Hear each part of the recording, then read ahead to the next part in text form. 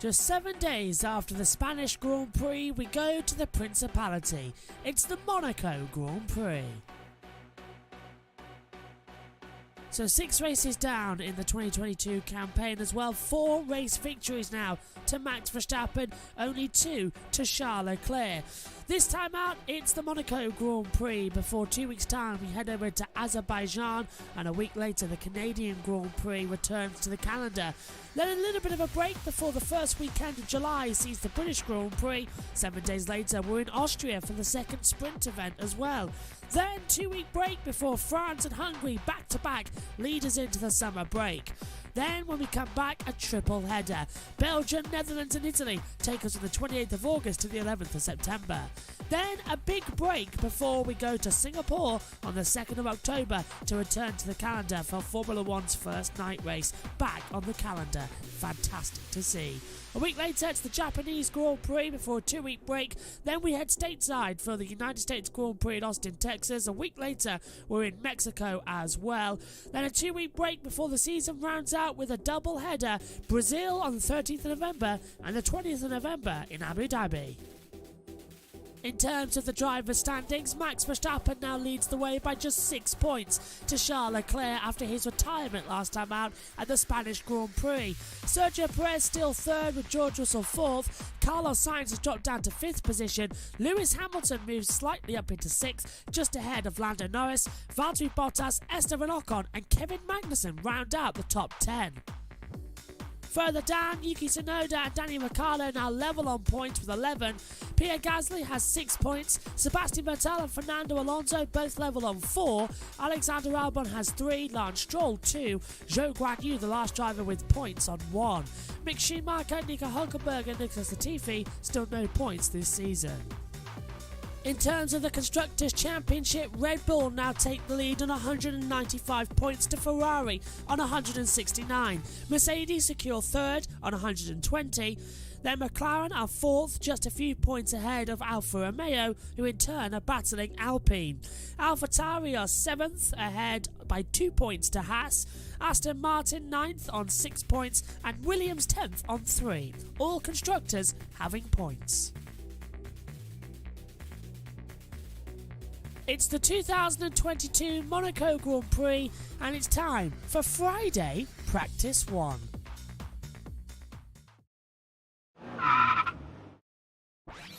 Let's take a look around the Monte Carlo circuit, a 2.074 mile circuit, 19 corners, just 1 DRS zone, maximum elevation change right at the top of the hill. This is a demanding circuit. Start the lap out of Anthony Nogues, down the start-finish straight that's on a slight curve, and start the lap. Into turn 1, brake hard down to 3rd gear for Saint Devant.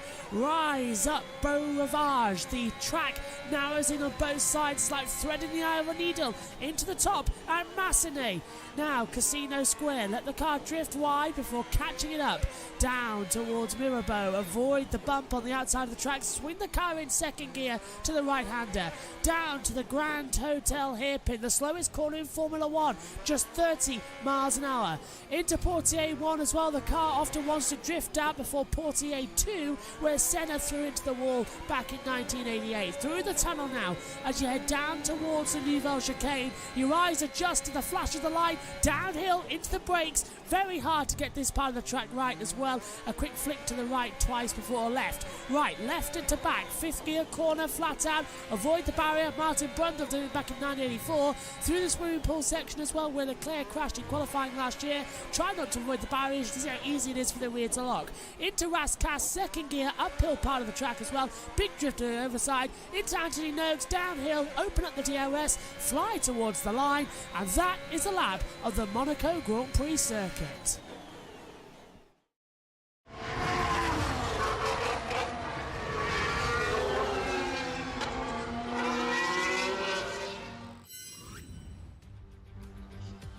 Hola everybody, we may be a week away after the Spanish Grand Prix, but now it's time to say bonjour. Welcome to Formula 1 at Monaco, round 7 of the 2022 Formula 1 campaign. This amazing track as well, been on the calendar since 1950, been a constant since 1955, and bar COVID's been on the calendar ever since as well. A 1:10.166 by Lewis Hamilton is the fastest lap around this 2-mile circuit as well. Elevation change high at 41.8 metres, 19 turns in total. And in terms of tyres, the softest we have available, the hard white C3, the medium yellow C4, the soft red C5. And the anticipation as well is beginning to build. Beautiful blue skies, track temperature 54 degrees, air temperature is at 29 degrees as well. We really are in for a treat for first practice here in Monaco, and for the first time in the history of Formula One, the Monaco Grand Prix practice is taking part on Friday. No more is the traditional Thursday practice session. Now we go into Friday, and I must say, this is one of the worst opening coverages I've ever seen for Formula One. The picture is breaking up, the graphics aren't working. Looks like TMC, Telly di Monte Carlo, is having a right nightmare on it as well. This is the first time they've broadcast F1, and it's all going wrong. Track temperature 54 degrees, air temperature 29, as I said as well. Sky have eventually cut away from the main pictures, now showing George Russell down there in the pit lane as well. It is going to be absolutely fantastic. Right, let's take a look then at the battle computer. 3.337 miles, 78 laps ahead of us, as I said. Lap record here is a 1:12.909. That was Lewis Hamilton in the race last year. The overall lap time is, as I said, 1:10 as well. Actually, it's Charles Leclerc, not Lewis Hamilton. So that graphic was wrong again. Telly Monte Carlo being absolutely rubbish, it seems already. Charles Leclerc's lap record here set last year, a 1:10.346 as well. The swimming pool chicane looks absolutely fantastic as well. We're moments away from the first practice session of the 1:40 to go. I'm Joshua Birch. Joining me in the commentary box shortly will be Megan Birch as well. But the anticipation is rising. The heat is rising as well. We can't wait to get going. It's going to be a great one. We'll hear from Ted Kravitz in a few moments' time as well. As you can see, the driver tracker hopefully working. It looks okay to me as well. We'll have the team radio in operation as well. And that's a driver tracker, by the way, coming from the F1 app, while our normal driver tracker always takes a session to load in. So we're trying to minimize from now on the amount of problems we have in the first practice session, where everything goes wrong, by doing in-house team only. And that is why Megan Birch with, what is that? A Coke with a bit of lemon slice brought in as well. Megan, but I know we're in Monaco, but there is a extent about how things can go. Hello, Megan. How are you doing? There's never too much extent. And Coke with lemon. Coke with lemon. A little bit of pinaz, a little bit of showy-offy coming into the box in Monaco. I didn't think of that. That's a great idea. It's quite warm outside our UK commentary box. There's still a bit of lemon. Oh, well, maybe later. It's quite warm outside our UK commentary box. Quite warm over there in Monaco. Track temperature 54 degrees, air temperature 30. We saw highs of 44 track temperature in Spain last weekend as well. Oh, yeah, that was melting the tyres. But it's going to be similar because we're in a city, so the temperatures are going to bounce off the ceilings as well. You're telling me it's going to be similar conditions in a track where most people crash, apart from last year when it was the most boring Monaco Grand Prix you could ever think of. And it's raining on Sunday as well, so that could be quite fun.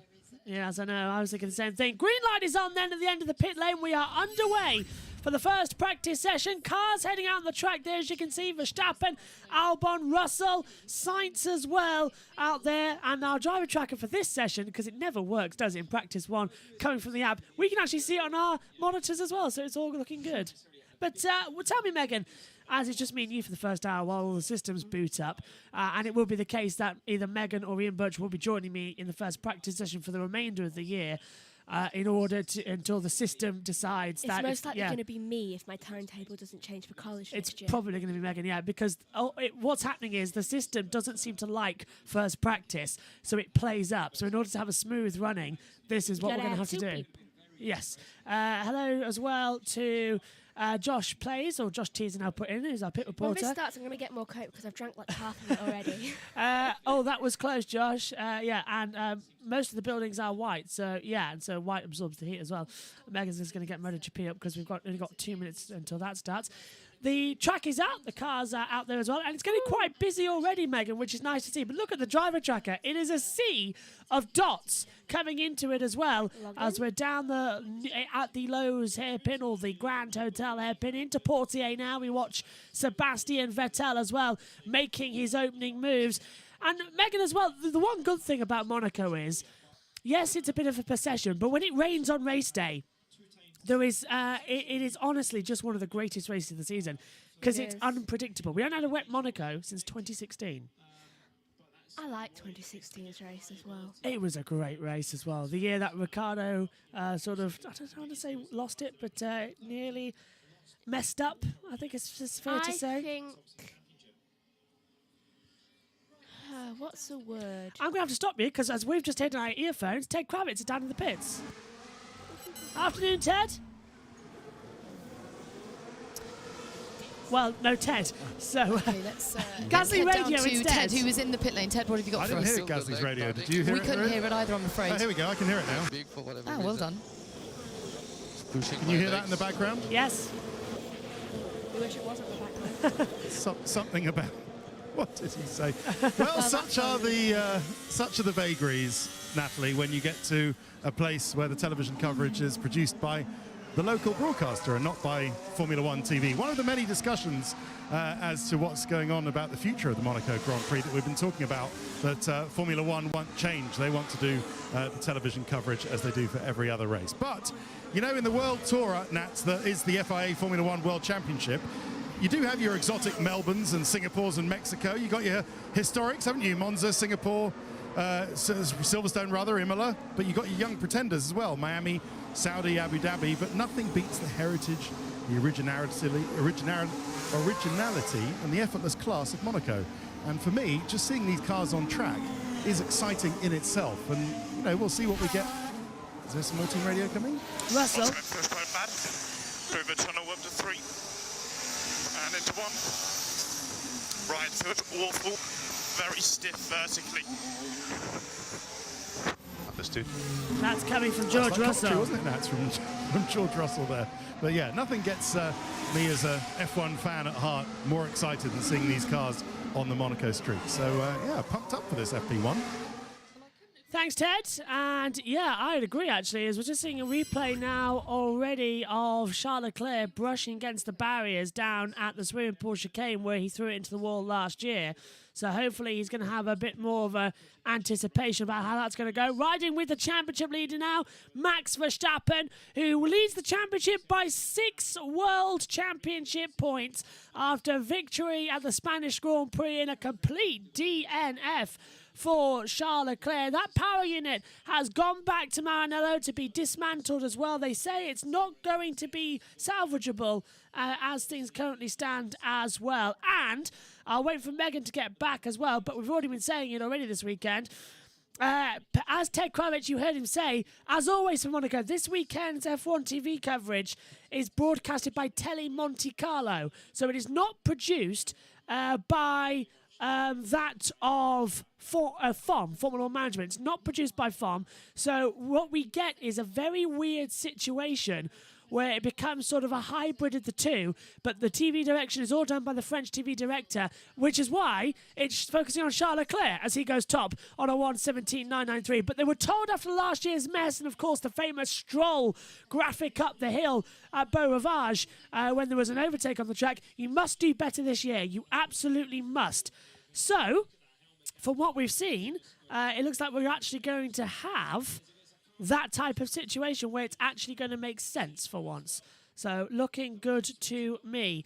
Okay, looking at the moment then, we're watching Carlos Sainz through the Nouvelle Chicane. Just flicking it through. First sector time is looking good at we're running on reduced systems at the moment, 20.436. Second sector is up, 36.099 as well at the moment for Carlos Sainz.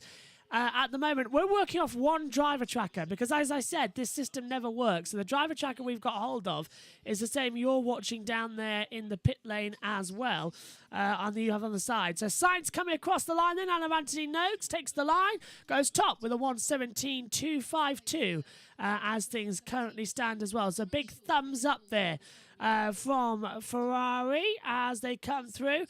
Oh, yes, get strolled. Yes, get the Lance Stroll getting strolled situation that we had as well.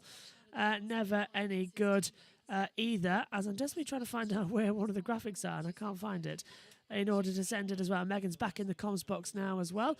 I don't know if she's put me with a glass. Yeah, she's actually put it in the Joshua Birch mug, so I was wondering if she would bring me a glass of it and we could really go all posh in Monaco, but no. Thanks, Megs. Oh, there wasn't any glasses. With a slice of lemon as well. How kind of you. To come into the commentary box as well. So then, we're just seeing Ricciardo gone top now as well on a 1:17 Science Radio. Let's hear from him. Good day, right, Ooh. is everyone. Very bad, right. Okay, understood. Honestly, I think we're most of these right. Oh, lovely. Just as we spent 30 quid on the box set, we're being told that Yeah. Lucifer Series 1's going to Netflix. That's nice to hear. Verstappen's on the lap. Megs, we're seeing this a lot this morning as well. The 2020 cars porpoising has that negative effect with bouncing along the track. And we're seeing a lot of people complaining this morning about that effect, porpoising down the back straightaway. And at Monaco, if you're shaking around, concentration is key. You're going to break the is. concentration. Talking of breaking connection as well. Telly Monte Carlo's signal is absolutely rubbish, of course, and we can barely see what's going on. Right, there we go. It Just said stabilizes. breaking Yeah, it's Charles Leclerc. brakes. Sorry about the timing screen there. It won't work at the moment in FP1, so we're having to use this one up here. But Leclerc, fastest sector 1 and sector 2. It's a 20.123. Second sector is quick, but we can't tell what it is It because sounds like a McLaren circuit. we can't tell what that sector is because the timing graphics have stopped. Leclerc goes top though, 1:16.157. So our timing screens are down. The TV pictures aren't great.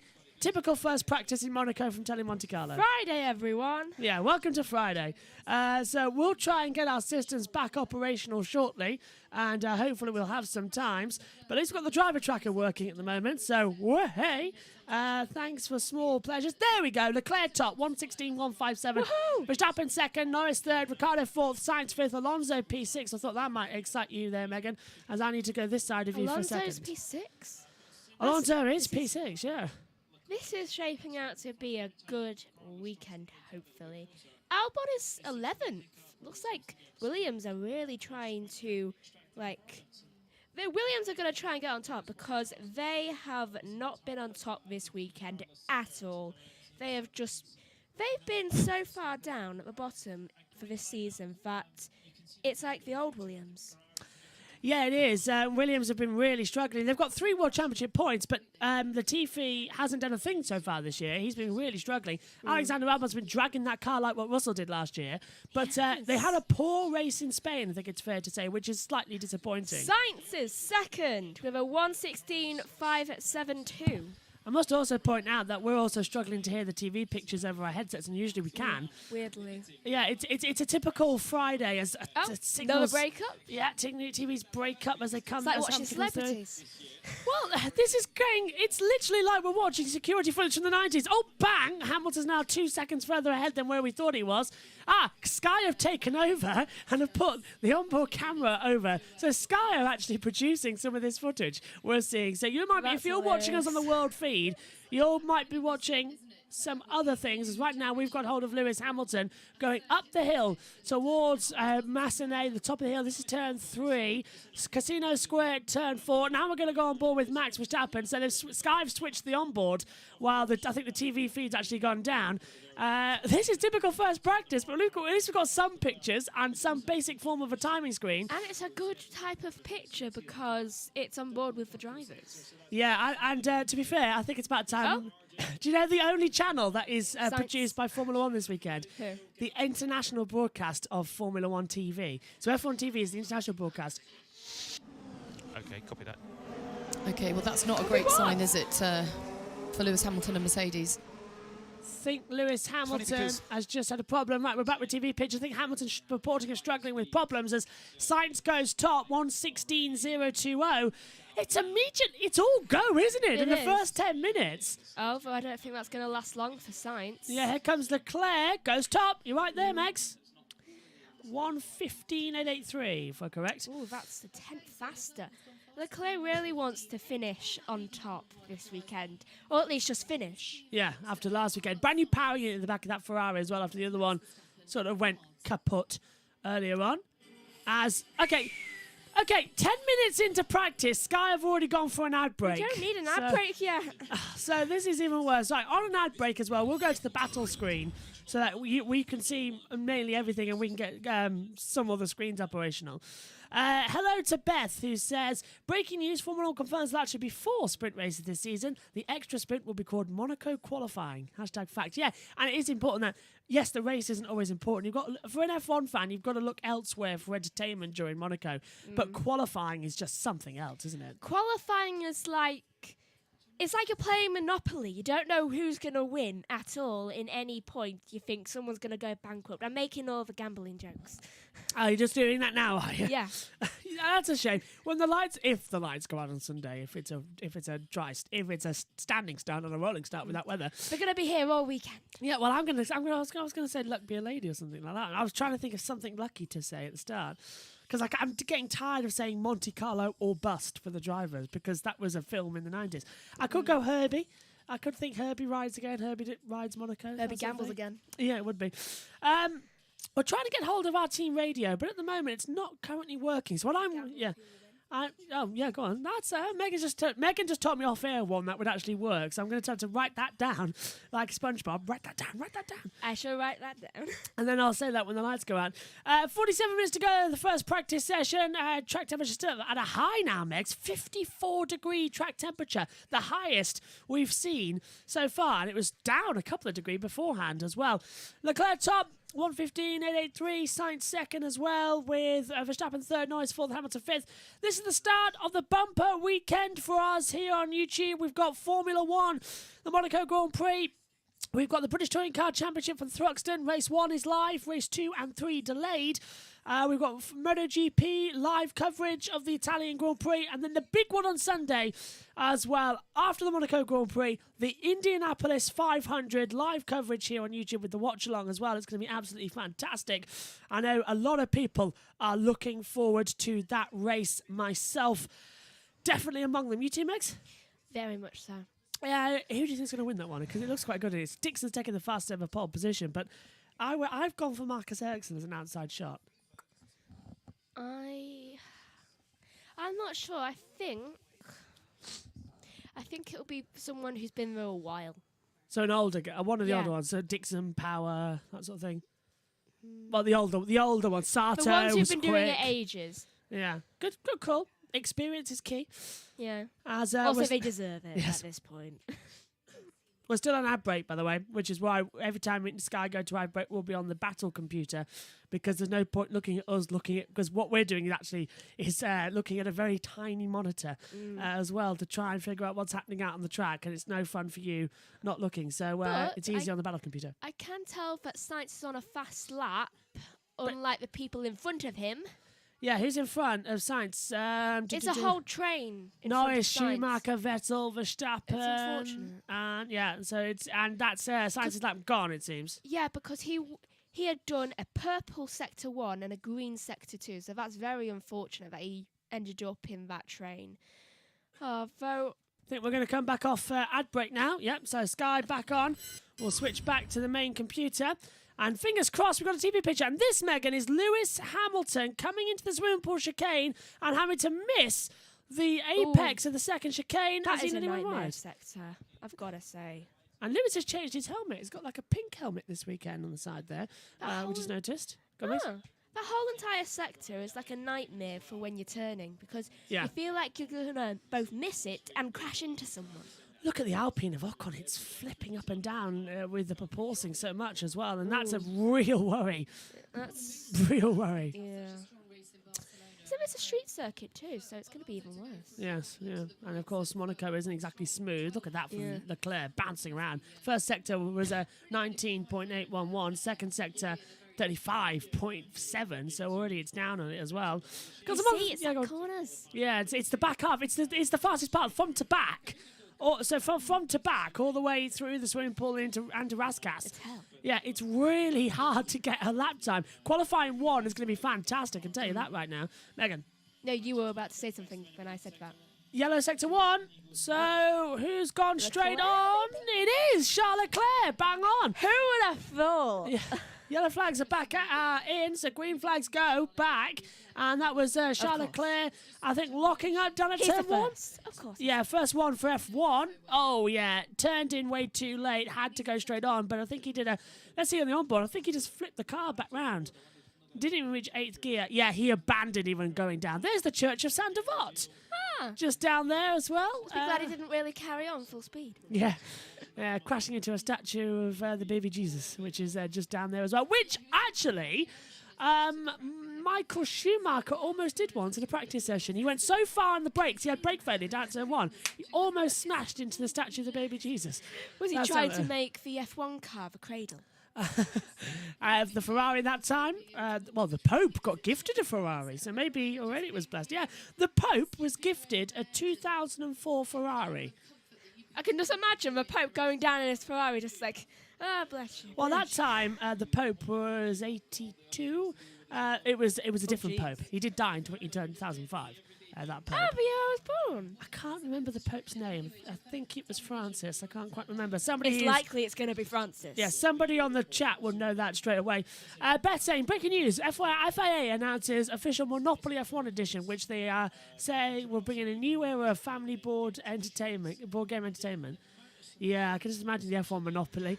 A bit like Bernie Ecclestone in 1997 when he gave £1 million donation to the Labour Party. Just couldn't get rid of it. £1 million going up and down. Is that Monopoly money, that one, actually? It was a special million, of course. No matter how many times you couldn't get rid of it. White flags, one of that's Sergio Perez. Ran Masgas very slow. I think he's starting a lap time. Too slow. Beth also said apparently the hotels are already built when you land on Monaco. It'll feature Albon dice, and that guarantees you roll higher than him every time. And Josh says it's his favourite rock helmet of anaesthetist as well. And Beth also says, nice to have you back, by the way, Beth, after being away. No, you were back last weekend, but always nice to have you. Go back to, the worst card you can get is go back to Red Bull Driver Academy. Do not pass F2, do not collect an Ecclestone daughter. Thank you, Beth, for a nice segue, actually. Because speaking of Ecclestones, we got the news yesterday, and it was quite funny. I don't know if you've heard this. I think I told you. I'm not sure. Bernie Ecclestone, who is 91 years old, was arrested in Sao Paulo, Brazil, at an airport for carrying a gun onto his private plane. It's his private plane. He can do what he hang on, wants. Schumacher radio. No problem. Gearbox, I think. Okay, watch behind for stop and pushing. We're checking everything. Don't shift. Do not shift. So Schumacher's got a problem with a gearbox as well, being told not to shift up. We'll bring you all the news as soon as we see it because he is still out on the track, I think. But yeah, Bernie Ecclestone got a yellow sector 3, so that's in the Raskas area. And that's why we've got a traffic jam in the pit lane. So that? it's Mick Schumacher. Presumably he can't get into the pits. Now the pit lane is blocked. So how are they going to do this? Oh, now we've got a traffic jam. They'll have to red flag this. But the problem is if they do red flag, how are the cars going to get back in the pits? Fernando Alonso's tried to go round the outside and can't get through. No, not a wise I idea. blocked the pit lane, I'm sorry.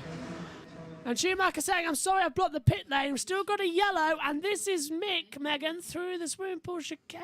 Does he touch the wall? He point? No. Goes there, look. The rear axle locks. Ooh. So the suspension, the gearbox locked. Rear brakes activated. Yeah. And I did that on the lap attack, actually. Had a big kick of oversteer coming out of that part of the track. And let me tell you, my steering wheel has never moved so quick to try and catch that. And Mick's car's died now at the entrance to, actually, that's near enough the same part of the track where his father stopped in 2006. He stopped at the exit of Raskas, and Schumacher's at the pit entry. Father, but now, son. pit entry is closed. We've got a red flag. Hang on, I don't think we do. Marshall, yes, we do. So red flag, but Megan, the pit entry's closed. Ted. Sorting it out now. They're manually lifting up the front of Mick Schumacher's Haas, and then they put the skate underneath it. The only problem is, the reason I guess they need to red flag it is that nobody can come into the pit lane. It's too tight for anybody to actually come into the pit lane. You would take out one of the marshals at the front, but now they've actually done it. They're now going to have to put some weight on the front of the car in order to get the rear upwards on a sort of seesaw motion. So this is taking some time. There's Kevin Magnussen, Mick Schumacher, Mick's teammate, who actually has managed to make it into the pit lane. So some deft handling there. Oh, so we've got... yeah, but this is even worse. I'm going to come across... Megan, they've red flagged the session. They've told everyone the pit entry's closed. They should have just continued it because and now the pit entry's open. But we've got cars. Look, we've got marshals. We've got Latifi, Sainz, Gasly's, Albon, Tsunoda, Leclerc, Verstappen. They all went through because they couldn't get into the pit lane. Hang on a minute. This is really bizarre. So we've got a red flag because the pit entry was blocked. The FIA closed the pit lane. Then they red flagged the session, but we never got told they red flagged the session. The marshals just put out a red, and then they had to stop it. I just realised something. But then, but now Latifi, Sainz, Gasly, Albon, Tsunoda, Leclerc, and Verstappen have all gone round the pit lane. Mick's the last pit stop. Yeah, I know, but they're bringing him in. But the problem is, they're all going to get a penalty because they've gone through the red flag. It's a standard rule. Norris got a 10-place grid penalty in Azerbaijan one year because he did an extra lap instead of coming to the pit lane when the red flag was out. So unless the FIA just say it's an exceptional circumstance, we're in a really bizarre situation right now where the FIA have closed the pit lane, then red flagged the session, and then have expected all the drivers to go back round. That was a virtual safety car situation and then close the pit lane, put a virtual safety car out, and then let everyone go back round because they couldn't get into the pit lane. A red flag creates more problems. I've never seen this before in the whole of my life. And the Josh Play says they could have stopped on the grid boxes, but it's not a race. You can't block the track like that. It's a practice session. You can't stop in the grid slots because the practice have to be cancelled. They have to come into the pits. Now, here comes Leclerc and Verstappen in as well. The track goes quiet with the red flag out. But I have never seen such confusion here in Monaco. This is the strangest first practice session I have ever commentated on in the whole of my career. It's brilliant, but I don't understand how... It's madness. Why have they done this? There are so many... They could have just kept everyone out on the track. Virtual safety car instead of a red flag. I think that marshal put it... Because we saw red flag, but the timing screens weren't saying red flag. Nothing showed red until that marshal. So I think that marshal maybe made a decision on his own. It's not the first time we've had a phantom marshal here. 2000, the computer glitched and the red flags came out, but only on the start-finish straight, and that stopped the race. And then at the I've bit my tongue. Damn. And then at the same time, we had Jos Verstappen get hit Jenson Button and spun him round. And then in 2004. There was a crash just along the pit entry here, look. The outside of the swimming pool section. David Coulthard's, Sato's engine blew up. Coulthard then got hit up the back by Fisher Keller. And Fisher Keller went over the side and was resting on the barrier sideways. On the start-finish straight, there was a marshal with a red flag hanging out, and then the safety car came out. So, really bizarre. Maybe the marshal's colourblind. I know we joke. I know we joke about Monaco being cursed, boring, unprofessional, very, very weird rules. Cursed. But of course, the FIA aren't in control here. Let's just point that out. Yes, the FIA run this event, but the actual track marshalling is done by a fellow called Michel, who is the track marshal here. He's the track race director. I think this weekend it's Eduardo Freitas again. He's race director, but the track manager is Michel. So it's a different set of rules. And we've gone. Oh, hang on a minute. Have we gone green? You got two people arguing over what's the best thing to do. Yeah, we've gone green. We've got cars out on the track. So, I don't know when we've gone green because we got no information about that going green.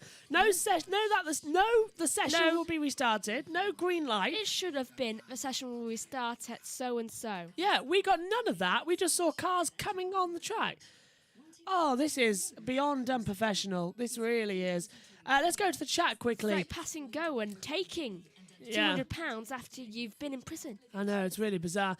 Beth says, speaking of Eccleston, he's now trending on Twitter. Yeah, I didn't finish that story because of the red flag. Yeah, so Bernie Eccleston got arrested for he's 91 years old. He got his personal gun. It was in his luggage on the plane, so he got arrested for it. But because he said, yes, it's my gun, I didn't know it was in there, and because he was boarding a private plane, he paid his bail and was free to go. Because it was his private plane, because he didn't know it was there, and he generally didn't know it was there. So there was no harm. He's 91. He's bound to be forgetful. Yes, indeed, and not bad for one of the getaway drivers for the Great Train Robbery When as was well. the last time you had a kid again? Allegedly, I should say that, but everybody knows. It's like one of the biggest. It's one of the oldest rumours in Formula One that Bernie Eccleston was one of the getaway drivers for the Great Train Robbery. So much so that Martin Brundle asked him where the car was. It's like, oh well, it's not where I would have left it, probably. Where did Bernie get all his money from? He's a used car dealership. He's a used car man as well. Anyway, quickly to the chat as well, because we've got loads of things coming through now. Hello to everybody. I'm gonna look up. Should have stopped in grid boxes as well. Hello to Synthil. Hello, Synthil again. Synthil also says, I thought they were going to keep it yellow flag with pit entry closed. That was the reason, but they red flagged it. One mention of Jensen Button already. People's mouths are bleeding. Yeah, I bit my tongue. Is it all right, actually? Yeah. Yeah, good. I really did bite it as well. I was talking too fast. Synthil says, red flag with pantry closed was pretty funny, not going to lie. SHT said, reason for the red flag. Mick Schumacher's gearbox failed, then he stopped at pit entry. The FIA put out yellow flags, closed the pit entry, then red flagged the session. Half the field went past the red flag before coming back in when the pit entry was opened again. So just a giant mess. We're going to expect penalties, hopefully not, because it's not fair as well. I've got Bottas down as a real dark horse for big result this weekend, but 0 running so far in FP1 doesn't bode well. Yeah, Bottas hasn't actually run. He's done 2 laps and a 1:43.912 on the board. Josh T says the message was posted at 1:23, less than a minute before the green. That is unprofessional as well. Hello to the little hour who says I had a message on my screen as well. We didn't appear in the books as they come through. That's pretty normal from my experience. They usually post like 1 or 2 minutes before. We got nothing. Zero message that it was coming out at all. Beth says Monaco fact between 1965 and 77, Dodge sold a full-size sedan called the Monaco. It didn't feature real Corinthian leather? I think so. SHT says also from Planet F1, these reports of Mick Schumacher being linked to Aston Martin for the 2050 season. Vettel does retire at the end of the season. Aha! I broke that on the grid. Who? What? Mick. If Vettel retires, Mick goes to Aston Martin. Yeah. Well, they've picked up on that because I broke the news. I really hope they don't say, oh yeah, we broke the news first. No, I broke the news that Vettel and Schumacher are going to switch places on the Grid Network and again here on YouTube at the in the Emilia-Romagna Grand Prix. Yeah, the bouncing's crazy, mate.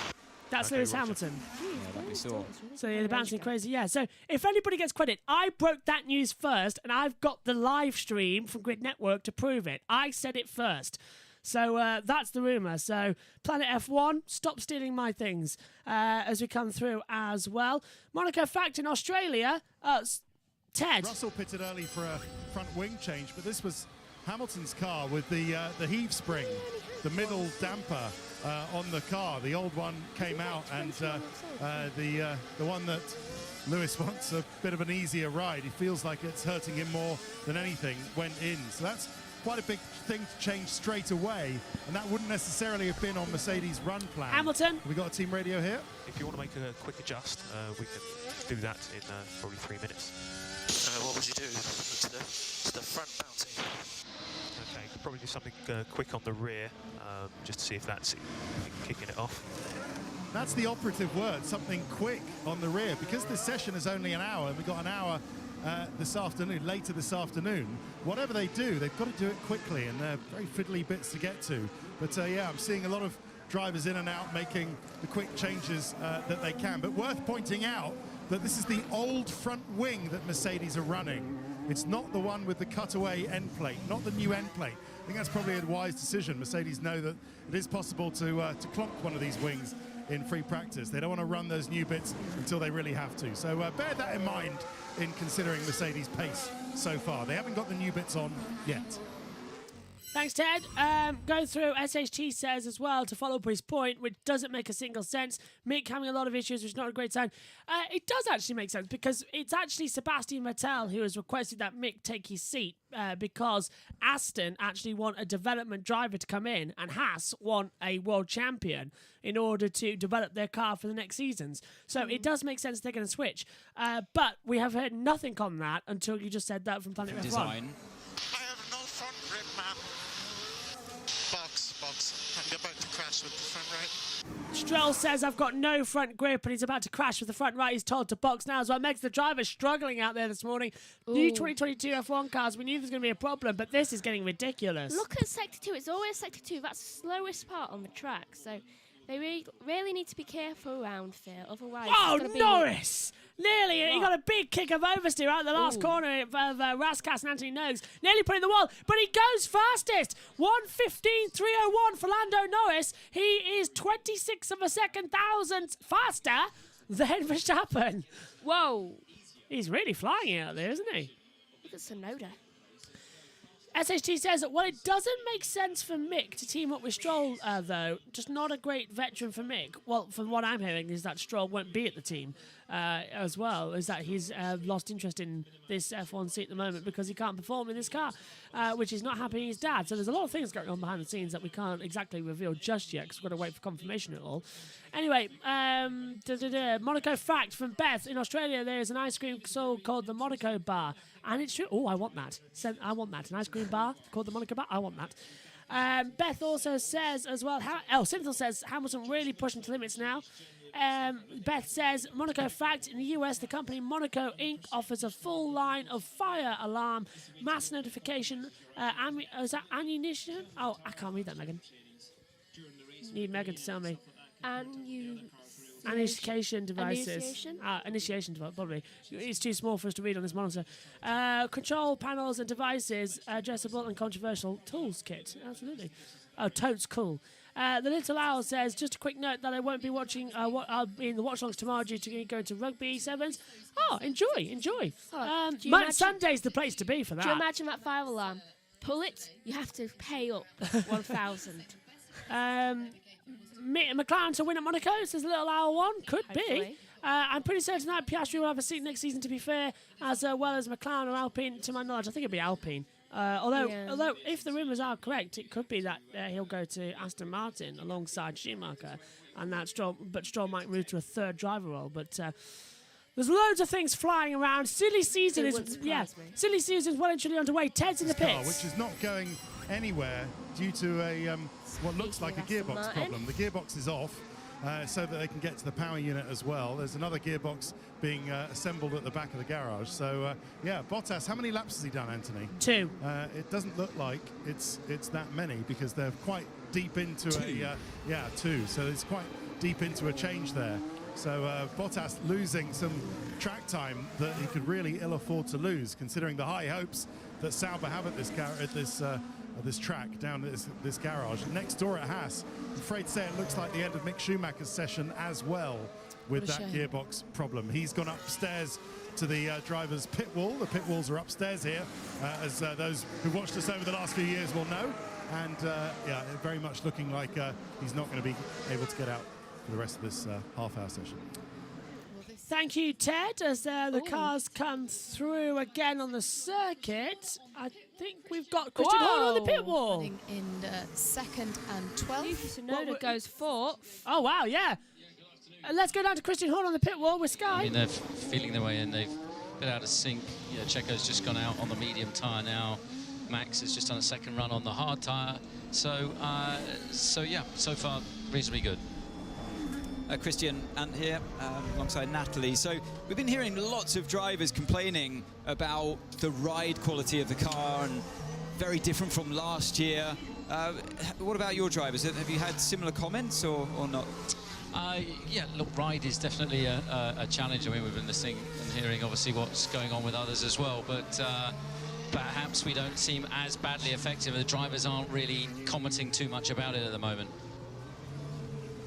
And Christian, are you expecting you to be on a par with Ferrari around here, or would you expect what you managed to see in qualifying last time out in Barcelona, they might just have the upper edge. I think from what we saw last weekend, you know, if you had to bet on it, you'd say that Ferrari probably should have the edge here, but you know, the temperatures are sky high again.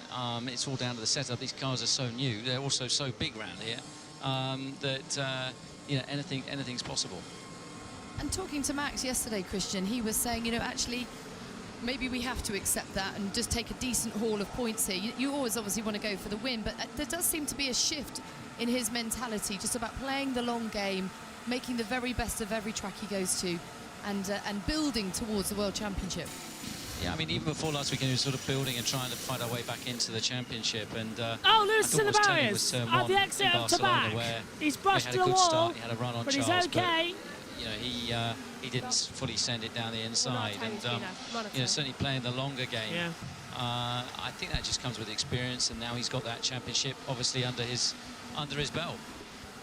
Great stuff. Thank you, Christian. We'll come to you again. Yeah, Lewis brushed the barriers, exit to back as well with the rear left. Quite similar to what he did actually back in 2008 in the wet. He's okay. He's got to back away from it. But that was quite dramatic. Yeah, our timing screen has frozen once again up here in the commentary box as well.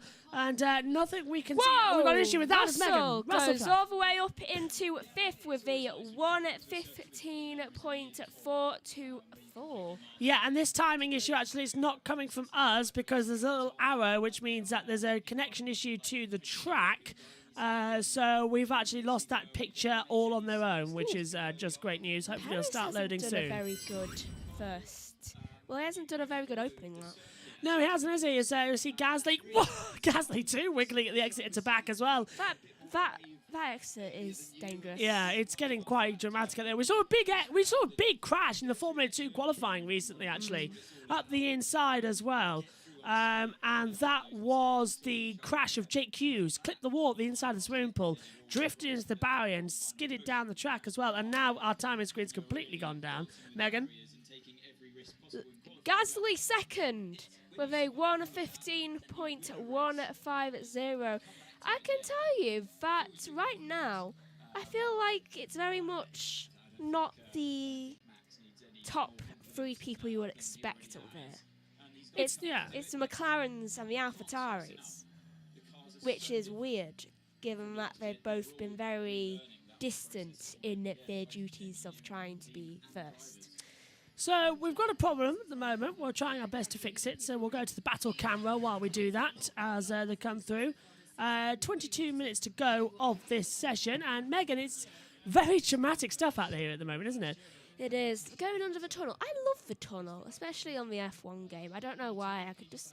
I love waiting for you. Just like when I'm all across the track and then you have to stop really or crash. Yeah. It's so easy. Look how close the marshals are to they need a barrier there. I know it's not needed, but they need a barrier at the exit of Nouvelle. They do. In order just to stop people hitting the wall stupidly. What if someone crashes and then a bit of debris goes behind them and hurts someone? Exactly what I was thinking. Exactly my point as well.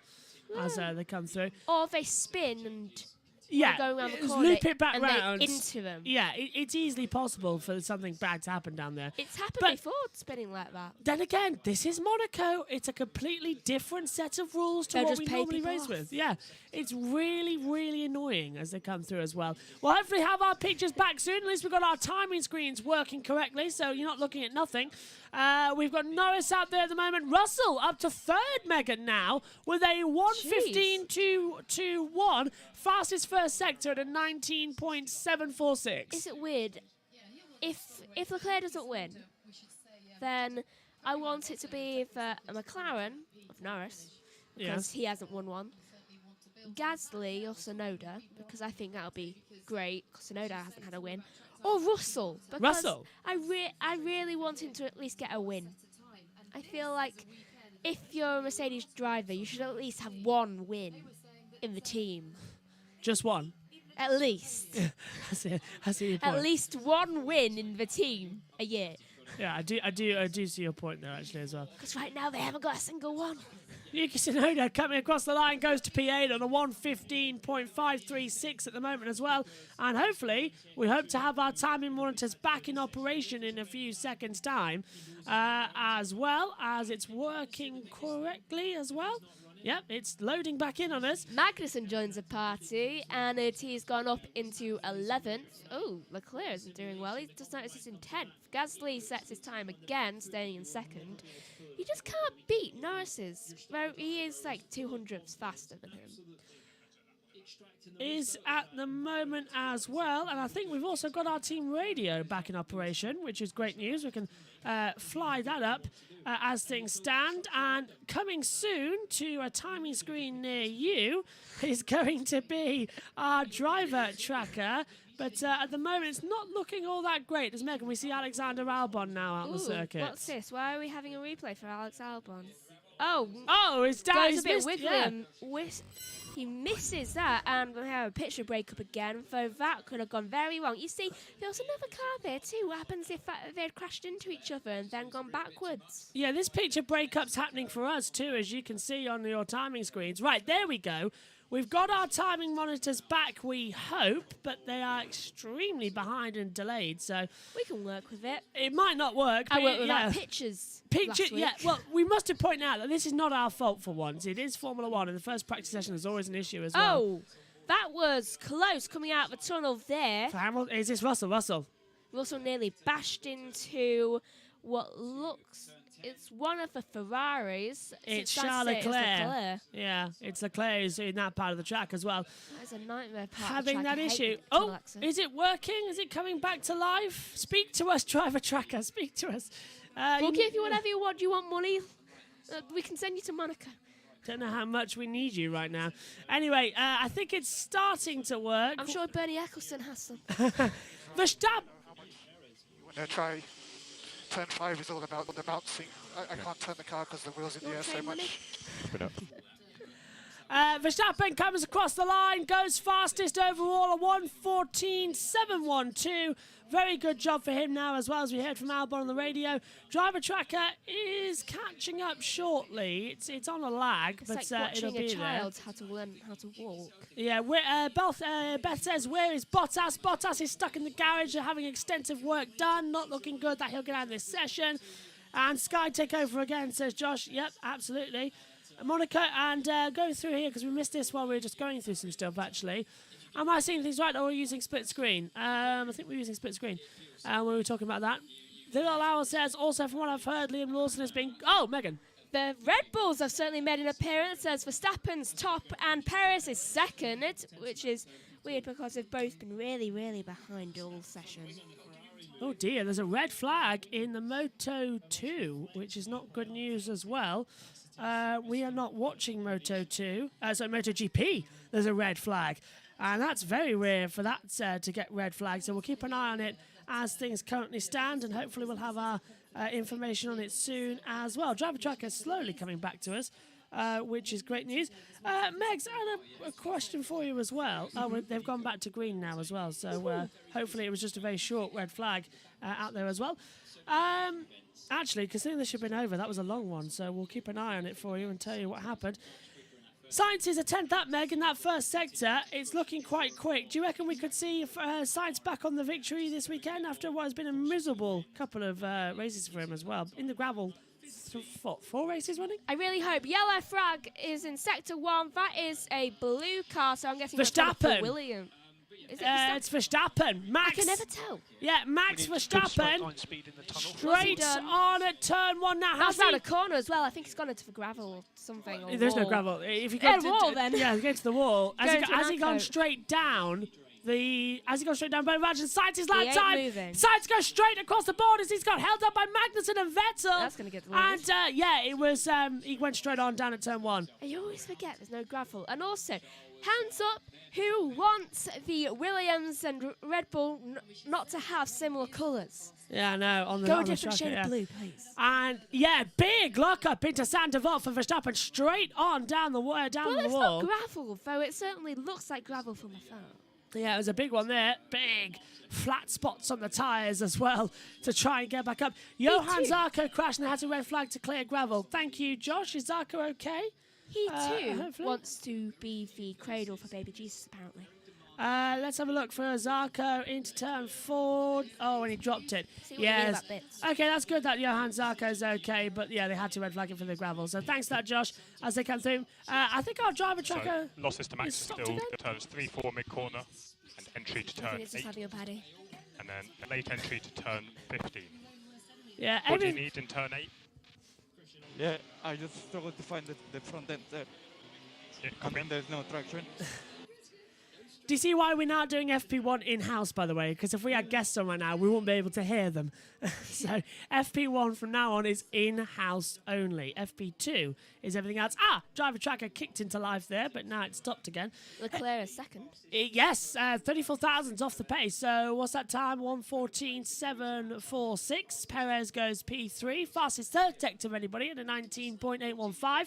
And his lap time is a 1:14.823. As... oh, it's starting and then it's stopping again, so it's working a little bit, but it'll do for this session as well. The Little Owl says, let's go through as well. Red flag was due to gravel the track, says the Little Owl as well. And yeah, thank you, Little Owl. From what I've heard, he's fine. That's great to hear. Thank you, Little Owl. And Beth says Richard Branson puts his hands up as well. Yes, corner 5, yeah. So that's, I think everyone's watching both of the MotoGP and Moto2. Yeah, MotoGP Practice 2, I do what I will do after this session on delay.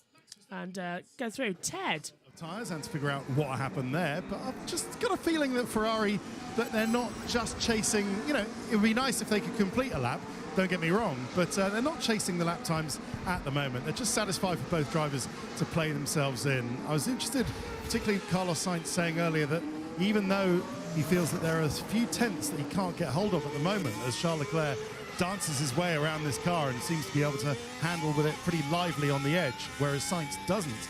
Sainz was just saying that he refuses to accept, Natalie, that he will not be able to get there with this car, and will... Absolutely. Oh, do you want to come in? No, I'm agreeing with you. But do come in if there's something you need to cut me off on. No, not at all. Yeah, okay, so he is adamant that he's going to get there eventually. But yeah, just down at Ferrari, they're happy just to keep pounding round and getting the understanding as they have so far. But just a quick one on Sergio Perez, who is definitely going faster on track.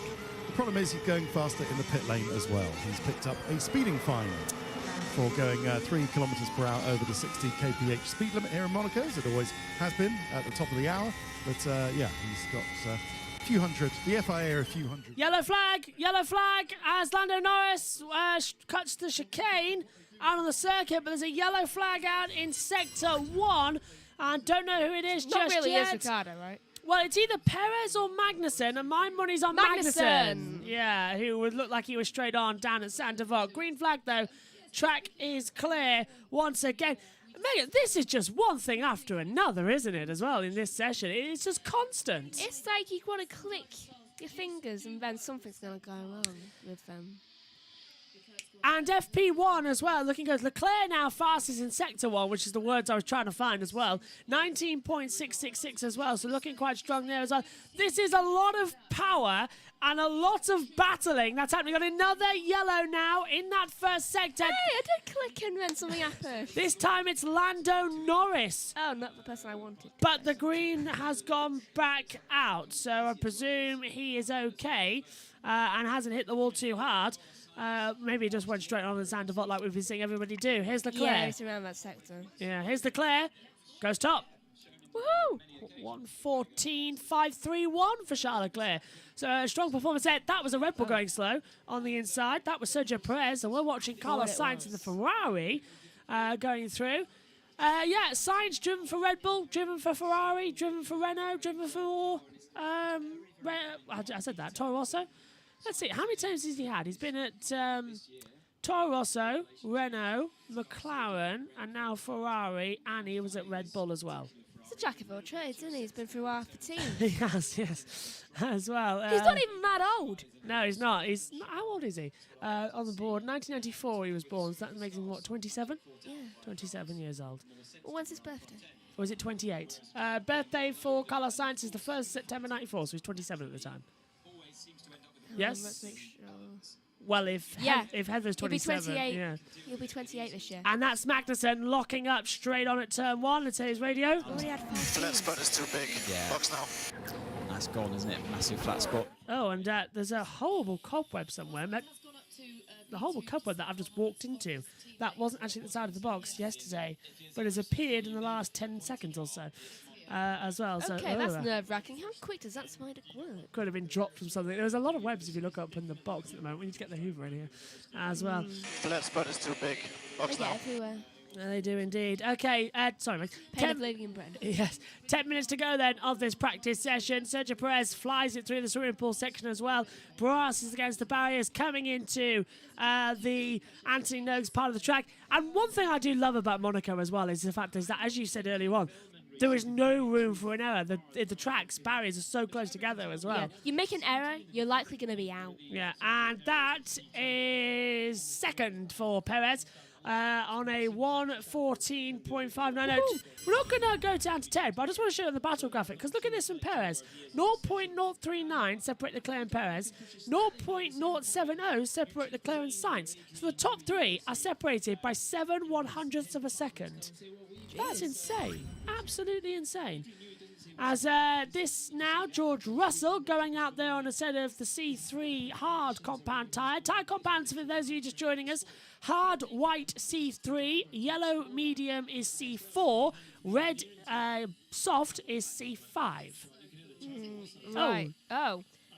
Was that a cut corner? Yeah, Leclerc's gone straight on as well. And no wonder he's got a fastest lap he's, in. Yeah. Fastest First sector, yeah. He's cutting everything. He's backed out, so has he made an error elsewhere on the track, I wonder? Maybe on the exit of the swimming pool section? Probably. Out of Portier, which used to be because it was next to a port, but now it's not Portier anymore because Portier has become this extra grandstand building, big skyscraper built alongside it, so it does look quite different. So hopefully he's okay. He's going to take another lap though, is Leclerc, so it looks okay to me.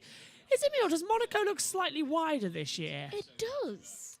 I happen to not be able to pass anyone. I know, it looks slightly wider this year, which is nice to see. It's the same size, but the cars are slightly different, so maybe that's why it looks slightly bigger. Maybe. But still, they need to be shrunk down again for just to get some proper overtaking at this track.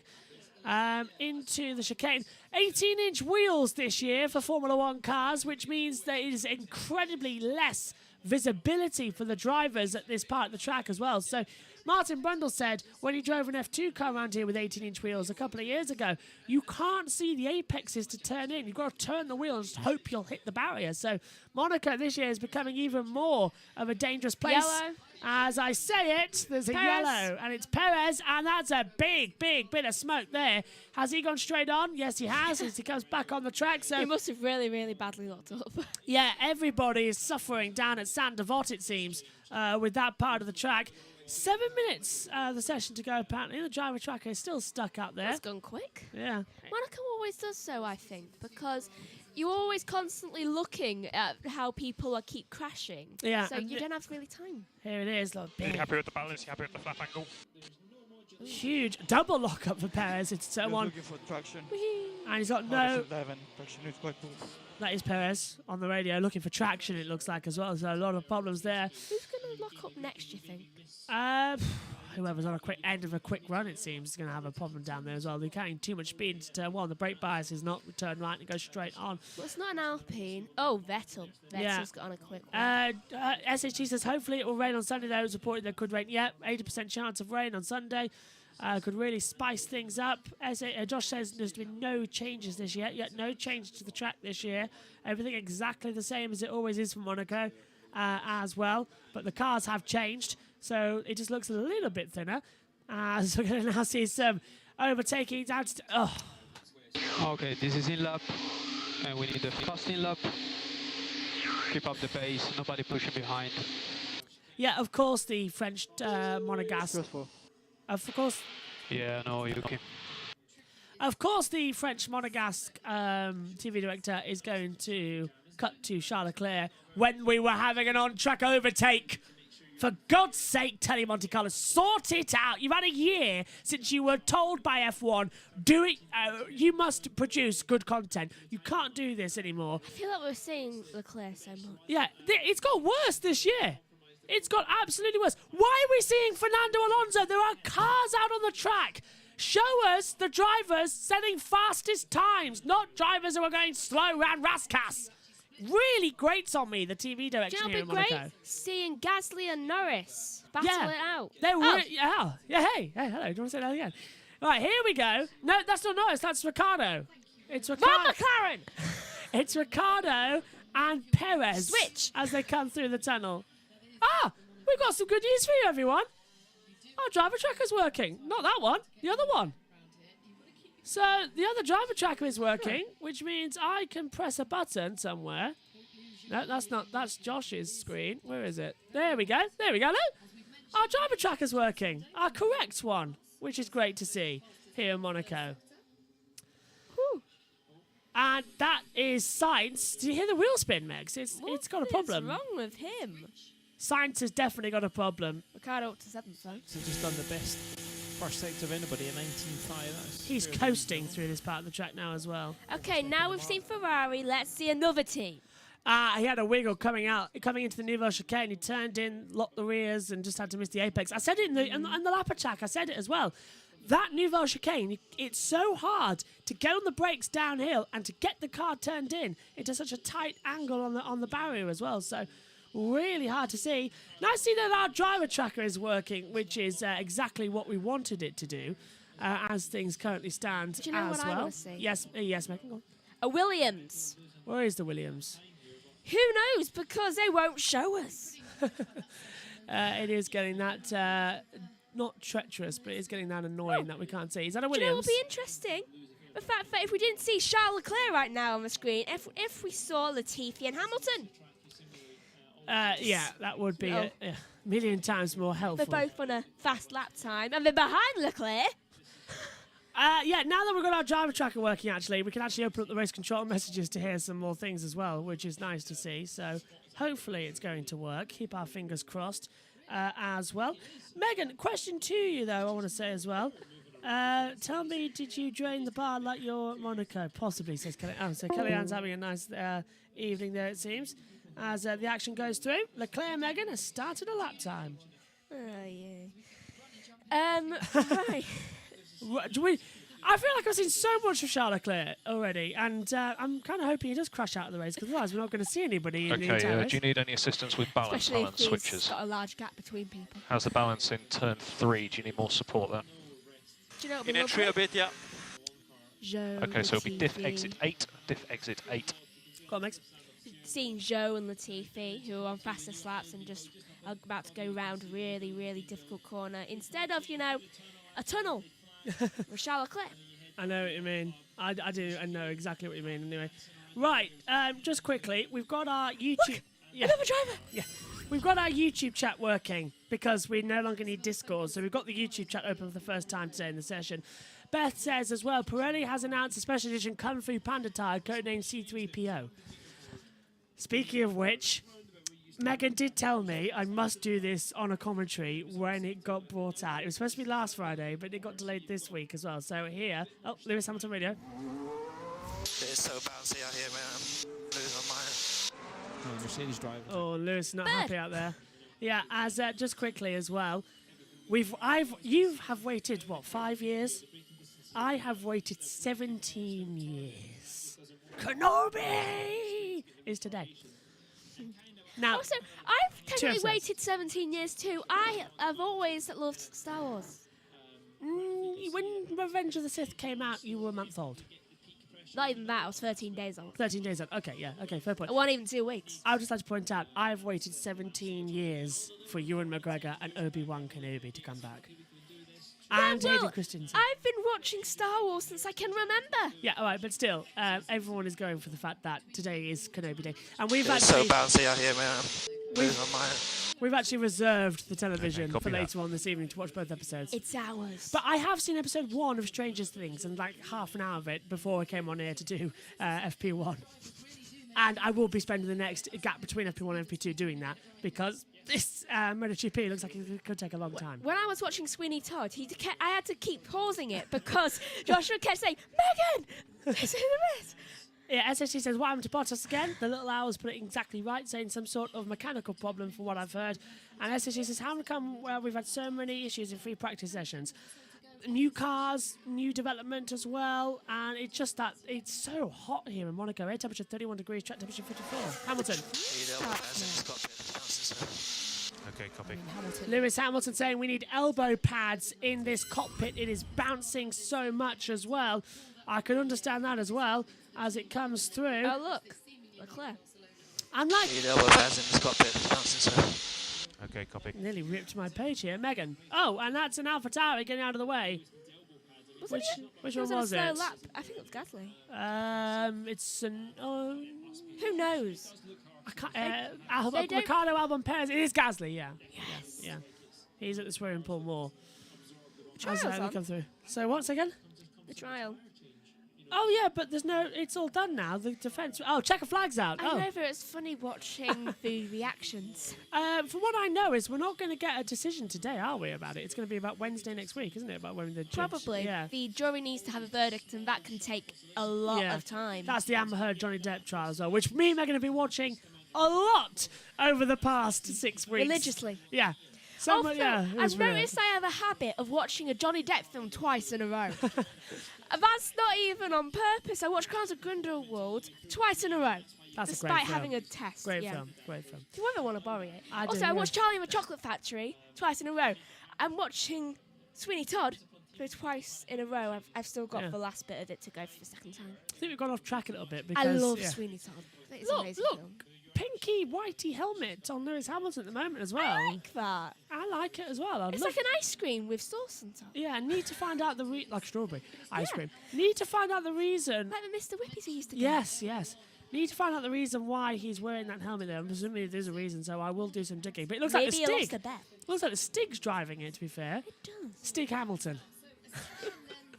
Says Stig. That should be a thing. Yeah, says Sir Stig, of course, because it's Sir Lewis Hamilton as he comes through. Although he doesn't have that on his initials, does he, Sir Lewis? But he is. He's Sir Lewis Hamilton as well.